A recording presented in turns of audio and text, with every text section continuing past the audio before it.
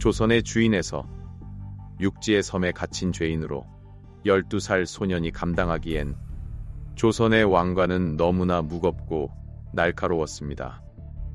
조카의 왕좌를 탐낸 숙부의 뒤틀린 야망, 그 야망이 불러온 핏빛 폭풍, 계유정난, 목숨보다 충절을 택한 사육신의 통곡과 붓 대신 칼을 든 충신들의 마지막 기계까지, 그리고 마침내 도착한 가장 아름답고도 잔인한 유배지 영월.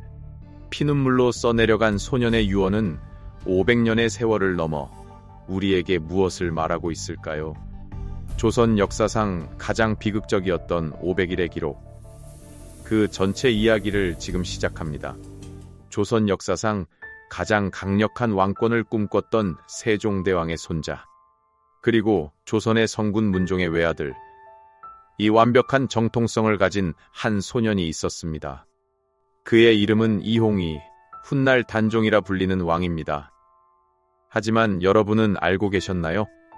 12살의 나이로 왕위에 오른 그날, 소년의 곁에는 따뜻한 손을 잡아줄 어른이 단 한 명도 없었다는 사실을요. 오늘은 조선 역사상 가장 정통성이 완벽했으나 동시에 가장 처절하게 고립되었던 어린 왕, 단종의 비극적인 시작에 대해 이야기해 보려 합니다. 1452년 5월, 문종은 자신의 죽음을 예감합니다. 그는 세종의 뒤를 이어 조선의 기틀을 완성하려 했던 천재적인 군주였지만 몸이 너무 약했습니다. 문종의 마지막 걱정은 오직 하나, 홀로 남겨질 세자 홍이었습니다. 내가 죽고 나면 이 아이는 누가 지켜줄 것인가? 문종은 당시 최고의 권신이었던 호랑이 김종서와 황보인을 부릅니다. 그리고 눈물로 부탁하죠. 세자를 지켜달라. 이것이 역사에 기록된 고명입니다. 하지만 이 고명이 훗날 어린 왕을 더 큰 칼바람 속으로 밀어넣는 장치가 될 줄은 문종도 몰랐을 겁니다. 조선의 왕실은 시스템으로 움직입니다. 어린 왕이 즉위하면 보통 수렴청정을 하죠. 왕의 할머니나 어머니가 발을 치고 정치를 대신하며 보호막이 되어주는 겁니다. 그런데 단종에게는 기가 막힌 불운이 겹칩니다. 단종을 낳고 하루 만에 세상을 떠난 어머니 현덕왕후, 단종의 든든한 버팀목이었던 할머니 소헌왕후까지 이미 이 세상 사람이 아니었습니다. 12살 왕의 곁에는 수렴청정을 해줄 왕실 어른 여인이 단 한 명도 없었습니다. 이것은 치명적이었습니다.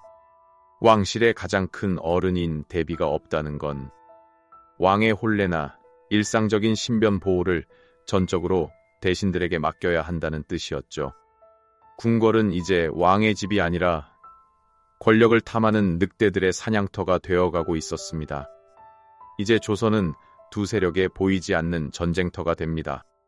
한쪽은 문종의 명을 받은 노련한 정승, 김종서입니다. 그는 대호, 큰 호랑이라 불릴 만큼 카리스마가 넘쳤습니다. 그는 어린 왕을 대신해 모든 국무를 처리하며 왕권을 수호하려 했습니다. 하지만 문제가 생깁니다. 김종서가 권력을 독점하자 왕실 종친들이 반발하기 시작한 거죠. 그 중심에 바로 단종의 숙부, 세종의 둘째 아들 수양대군이 있었습니다. 수양대군은 형 문종과는 달랐습니다. 기골이 장대하고 무예에 능했으며 무엇보다 아버지 세종의 카리스마를 그대로 물려받은 야심가였습니다. 그는 조카 단종을 보며 생각했습니다. 이 나라는 나약한 문신들의 손이 아니라 강한 이씨 왕가의 손에 있어야 한다. 여러분, 이 상황을 단종의 시선에서 한번 봐볼까요? 12살 소년에게 김종서는 너무 무섭고 엄격한 할아버지였습니다. 사소한 것 하나까지 대신들이 결정하고 왕은 그저 낙점만 찍는 기계에 불과했죠. 반면 숙부 수양대군은 어땠을까요?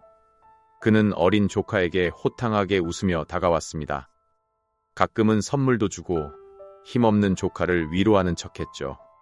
하지만 그 친절한 미소 뒤에 조카의 자리를 뺏으려는 칼날이 숨겨져 있다는 것을 12살 소년은 짐작이라도 했을까요? 수양대군은 치밀했습니다. 그는 단종의 주변을 하나둘씩 정리하기 시작합니다. 단종이 믿고 의지하던 내관들, 상궁들을 교체하고 단종의 형제들을 견제했습니다.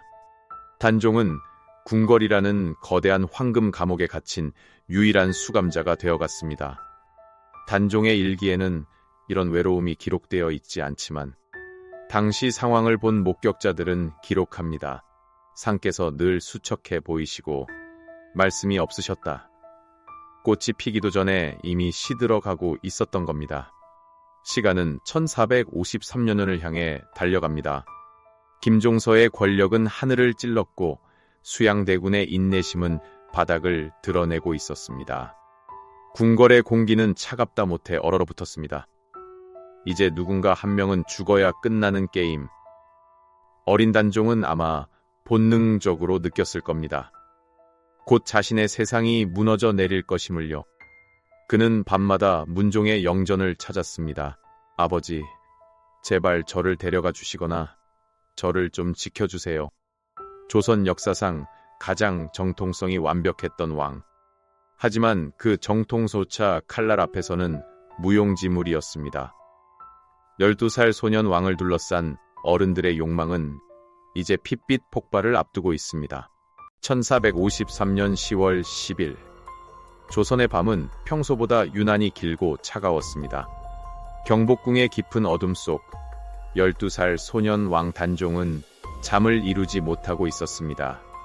궁궐 담장 너머에서 들려오는 정체 모를 말발굽 소리, 그리고 비명, 조선 역사상 가장 잔혹한 가족의 비극이라 불리는 계유정난은 그렇게 시작되었습니다. 오늘 우리는 소년 왕의 눈으로 그 피비린내 나는 현장을 재구성해 보려 합니다.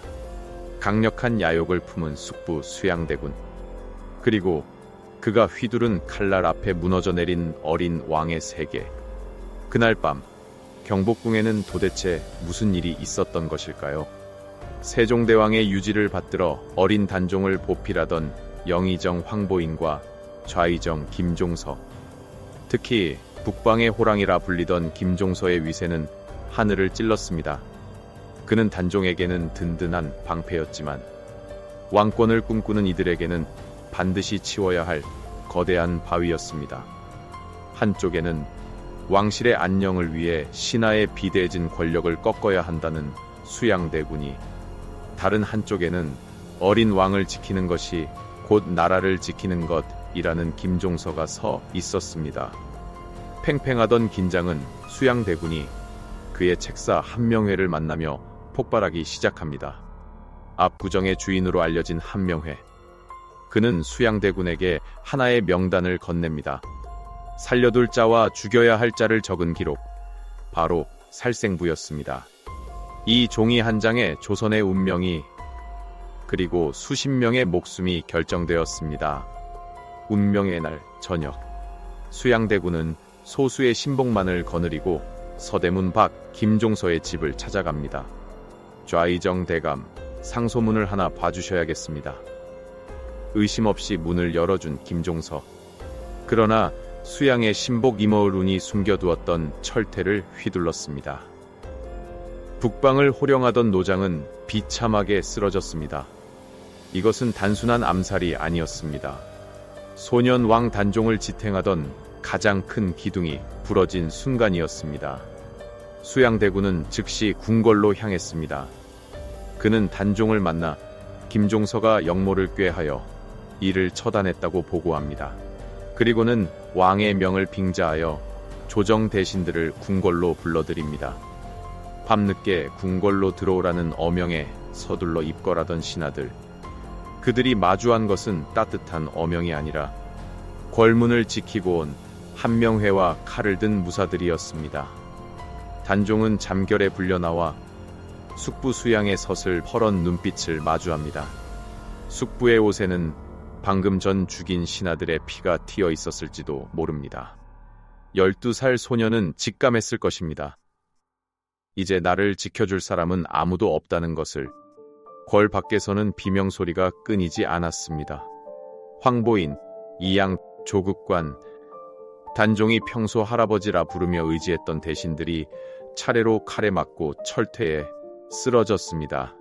단종은 그 소리를 들으며 좁은 방 안에서 숨을 죽였습니다. 세종이 아꼈던 집현전의 학자들, 신숙주와 성삼문, 그들도 이 현장을 목격했습니다. 일부는 수양의 위세에 눌려 침묵했고, 일부는 훗날을 도모하며 눈물을 삼켰습니다. 학문과 예절이 지배하던 조선의 궁궐은 단 하룻밤 만에 약육강식의 야생으로 변해버렸습니다. 하룻밤 사이에 수양대군은 영의정과 병조판서를 겸하며 조선의 실권을 완벽히 장악합니다. 단종은 이제 왕의 자리에 앉아있을 뿐, 숙부의 허락 없이는 아무것도 할 수 없는 새장 속의 새가 되었습니다. 수양대군은 왜 이토록 잔인한 길을 선택했을까요? 그는 정말 왕권 강화를 위해 악역을 자처한 것일까요? 아니면 그저 권력에 미친 찬탈자였을까요?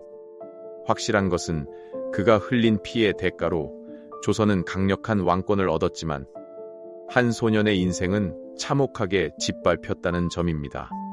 계유정난이 끝난 뒤 단종은 일기에 이렇게 적었다고 전해집니다. 슬프고도 두렵다. 12살 소년이 감당하기엔 역사의 무게는 너무나 무거웠고 가족이라는 이름의 숙부는 너무나 비정했습니다. 하지만 비극은 여기서 끝이 아니었습니다. 이제 막 피바람이 잦아든 궁궐에 더 큰 폭풍이 몰려오고 있었으니까요. 상황으로 물러난 단종, 그리고 사육신의 등장. 조선을 울린 단종의 마지막 유배길이 시작됩니다.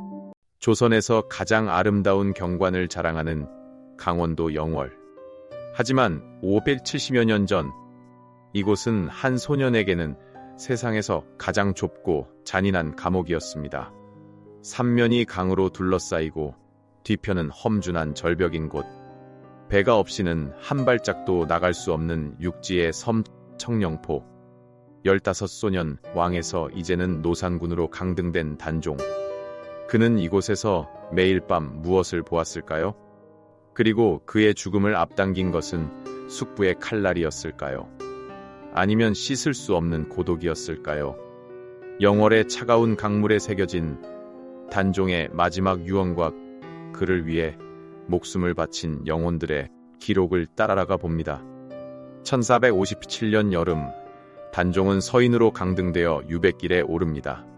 한양을 떠나 험한 산줄기를 넘어 도착한 영월 청령포. 소나무 숲이 울창한 그곳은 아름다웠으나 단종에게는 창살 없는 감옥이었습니다. 그는 이곳에서 소나무 줄기가 꺾인 노송에 걸터 앉아 한양 쪽 하늘을 바라보며 눈물을 흘리곤 했습니다.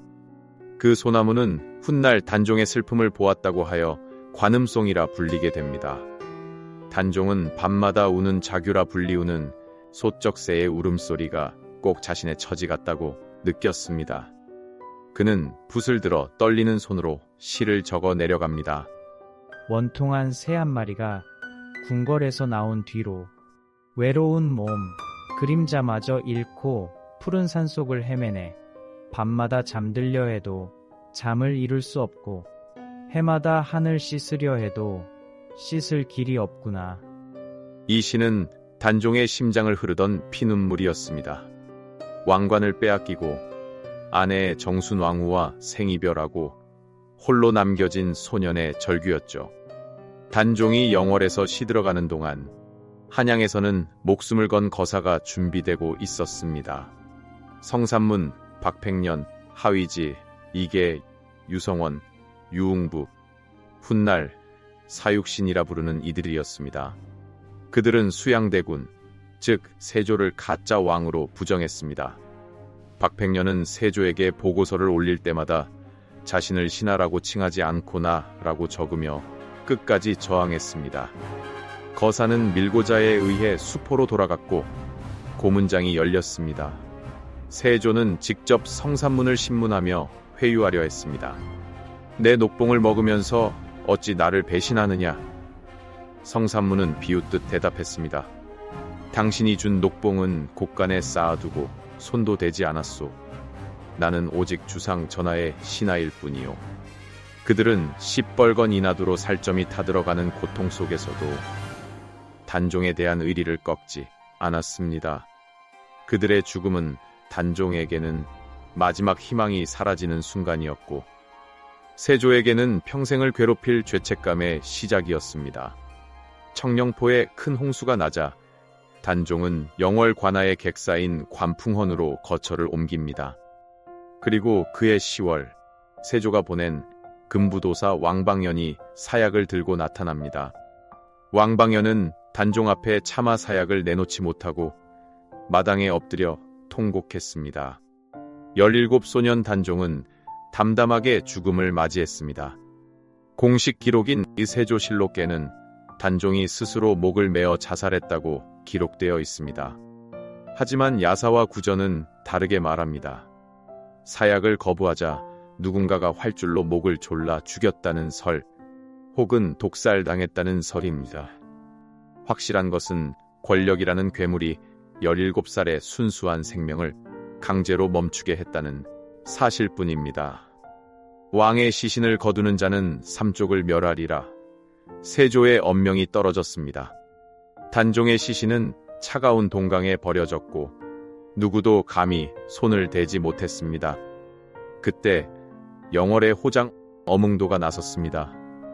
그는 가족들의 만류에도 불구하고 옳은 일을 하다가 화를 입는 것은 달게 받겠다며 밤중에 몰래 시신을 수습해 동을지산 자락에 묻었습니다. 그곳이 바로 오늘날 우리가 찾는 단종의 장릉입니다. 세조는 왕이 되었지만 평생 피부병과 악몽에 시달렸습니다. 반면 단종은 죽어서 신이 되었습니다. 영월 사람들은 그를 산신령으로 모시며 추모했습니다. 세월이 흘러 241년이 지난 1698년인 숙종 24년, 마침내 단종은 노산군에서 단종으로 복권됩니다. 역사는 결국 세조의 승리가 아닌 단종의 눈물과 사육신의 충절을 더 높게 평가한 것입니다. 단종의 짧았던 생애는 비극으로 점철되었습니다. 하지만 500년이 넘는 시간 동안 우리는 왜 여전히 그의 이름을 부르며 가슴 아파할까요? 권력은 총칼로 얻을 수 있지만 사람의 마음은 오직 진심과 의리로만 얻을 수 있기 때문입니다. 단종이 세상을 떠난 지 500년이 넘는 시간이 흘렀습니다. 권력을 위해 조카를 버린 승자 세조, 그리고 명예를 위해 목숨을 버린 패자 단종. 역사는 그날의 승부를 기록했습니다. 하지만 시간이 흐른 지금 우리는 누구를 기억하고 있습니까? 화려한 궁궐의 왕자보다 차가운 영월의 강변을 먼저 떠올리는 이유는 무엇일까요? 권력은 칼날로 얻을 수 있지만 사람의 마음은 오직 진실로만 얻을 수 있다는 것을 소년 왕은 자신의 죽음으로 증명해 보였습니다. 죽어서도 영원한 왕으로 남은 소년. 그의 이야기는 비극이 아니라 꺾이지 않는 인간의 기계에 대한 기록입니다.